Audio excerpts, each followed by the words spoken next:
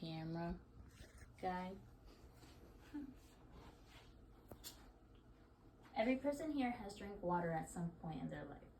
When you take a sip, you don't think about the quality issues.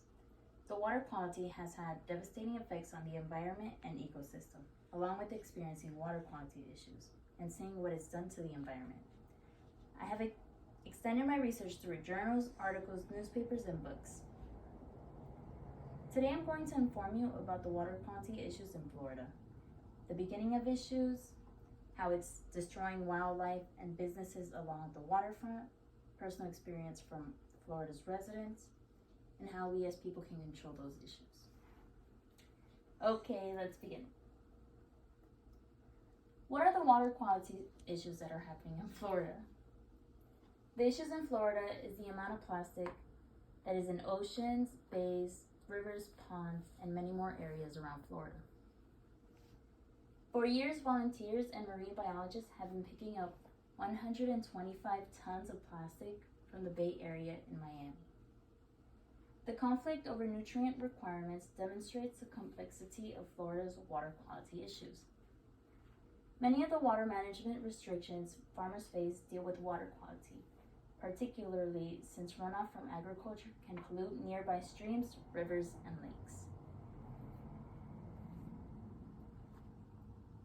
Now, since we have a better understanding, let's discuss how it started.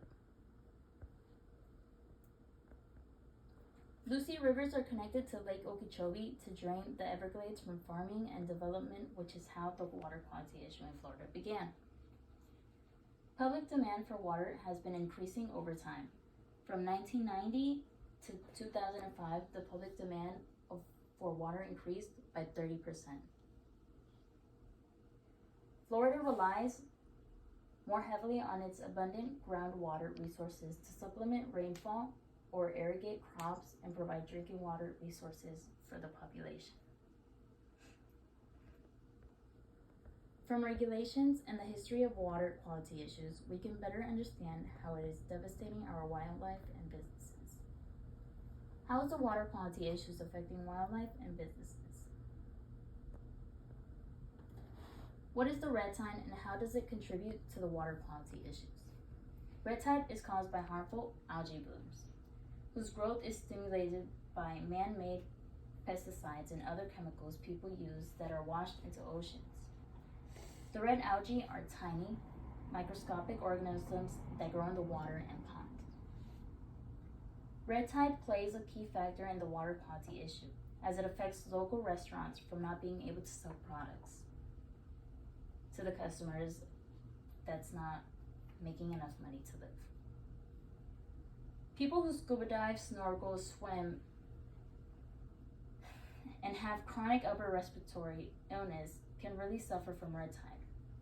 Some people, including children, can have asthma attacks and respiratory problems just by smelling the air surrounded by red tide.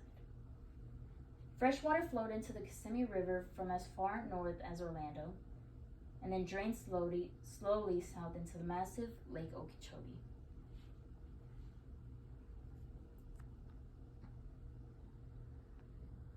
The Tampa Bay and St. Petersburg areas recorded having to clean up 800 tons of dead fish since July 1st in 2021.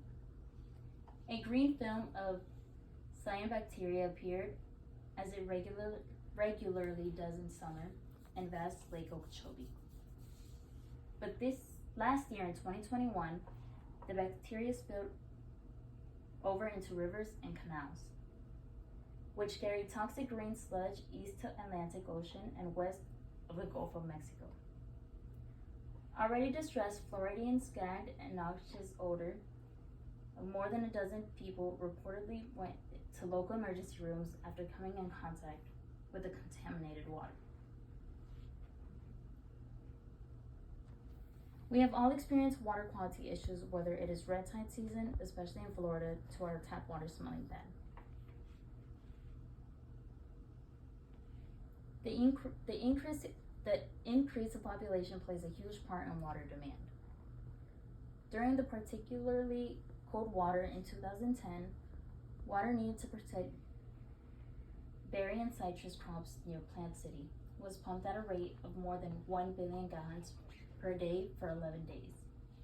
As a result, 140 sinkholes opened in communities near Plant City, and 750 wells used for drinking purposes dried up.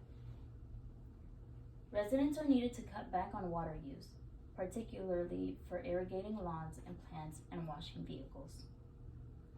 Residents, businesses, and visitors who contribute excess nutrients and other populations to South Florida's lakes, rivers, and wetlands. Individuals and small businesses can reduce populations in several ways. The use of fertilizers, herbicides, and pesticides with care, and being aware of how easily household chemicals and pollutions can be flushed into ground and surface water systems.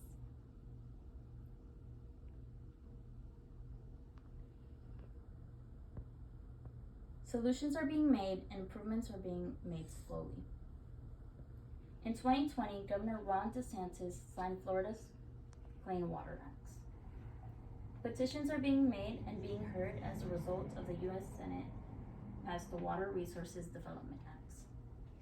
Residents can play a key role in contributing to water quality issues by recycling, signing petitions, and reducing the use of water.